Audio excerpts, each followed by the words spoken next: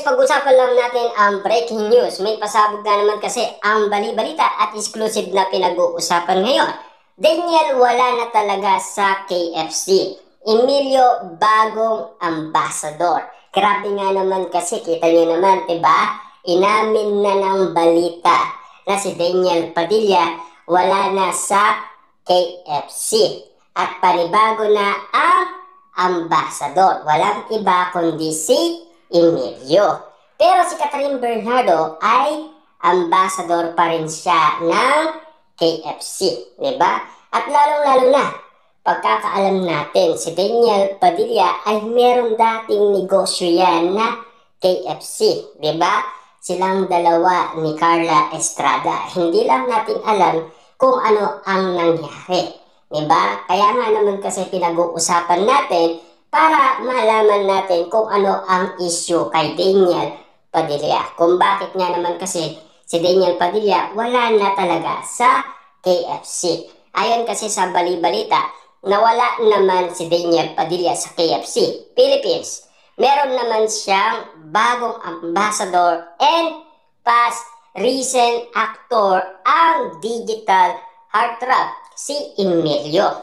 Ipinakilala si Emilio bilang kanilang newest brand ambassador sa isang kontrata signing na ginanap the another day sa KFC Roses. Pero ayon naman sa KFC executive na si Miss Charmy, Chief Marketing Officer, bahagi pa rin naman si Daniel ng kanilang company. Hindi nga lang bilang ambassador kundi bilang franchise. But is still part kasi ayon nga, may business siya with us sa pamilya nila in Tacloban. Sagot ni Miss Charmy sa tanong namin. Ibig sabihin, buhay na buhay pa rin ang franchise na KFC sa Tacloban. Ayon kasi noon pinag-uusapan ang mga negosyo ni Daniel Padilla na ibenta na daw dahil pambayad daw ng utang sa pamilya Bernardo. Ang dami kasi mga issue na ngayon lang natin malalaman. Kita nyo naman, no? Hanggang ngayon ay bukas pa rin kasi lilinaw na sa atin ni Charmaine, ang Executive Marketing Officer ng KFC. Paglilinaw pa niya sa tanong namin tungkol kay DJ ay, and when actually I have a very nice relationship with him. Actually, yung family nga niya is one of our franchise sa Tacloban.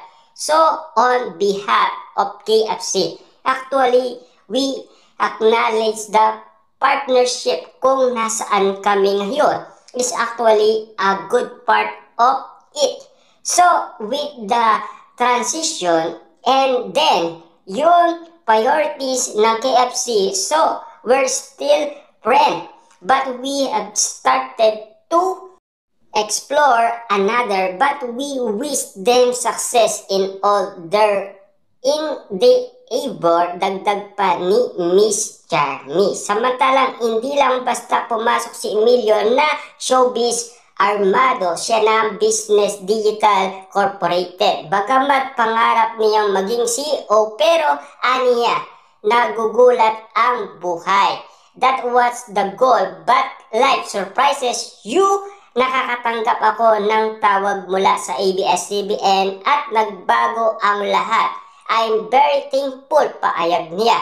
Meron siyang digital sa Management Engineering sa Ateneo de Manila University at nagtatrabaho bilang investment banker. 2 years in the corporate world taught me discipline, and I carry that with me every day on set, in the gym, everywhere, sabi pa niya. Yan kasi ang nalalaman natin patungkol sa paayag ng KFC. At least alam natin na hindi nawala ang negosyo umano ni Daniel Padilla sa Tacloban. Ayon kasi sa bonggang-bonggang balita sa atin. Grabe, ngayon lang natin nalaman. Sobrang tagal na na pinag-usapan na ibinenta na daw ni Daniel Padilla. Pero ang pagkakaalam natin na ibinenta ni Daniel Padilla, yung dating clothing na damit na siya ay nagbebenta. Kasi nagtayo nga naman kasi si Daniel Padilla ng bagong business sa Dubai. Hindi lihim na si Emilio ay nakababatang kapatid ng brand new dad host na si Mikael at bayaw sa Miss World 2013 na si Megan. Mabilis silang nakatayo ng sariling pangalan. Na alam niyo naman siguro, lahat ng mga pinag-uusapan ngayon, alam niyo naman siguro, patungkol kay Daniel Padilla last 2023. Pero marami nga naman kasing kumakalat na kanya-kanyang mga issue. Lalong-lalo na, iba-iba na ang mga reaksyon. Kaya nga naman kasi si Daniel Padilla ay nananahimik lang at lalong-lalo na si Daniel Padilla laging nagtatravel. Kung hindi nagtatravel, kasama niya ang mga barkada niya, pumupunta sila sa bundok.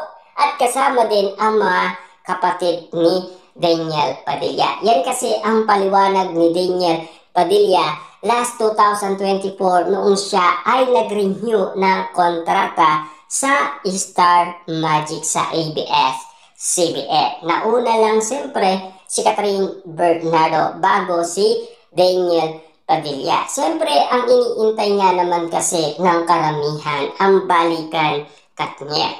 Pero di lang natin alam kung mangyayari pa ba ito. Pero mabilis din siyang nagbigay ng kreditong kung wala si Mikael. Wala ako sa showbiz, I'm very thankful to him. Sabi pa ni Emilio sa ginanap na media conference nung ipinakilala siya ambassador ng KFC.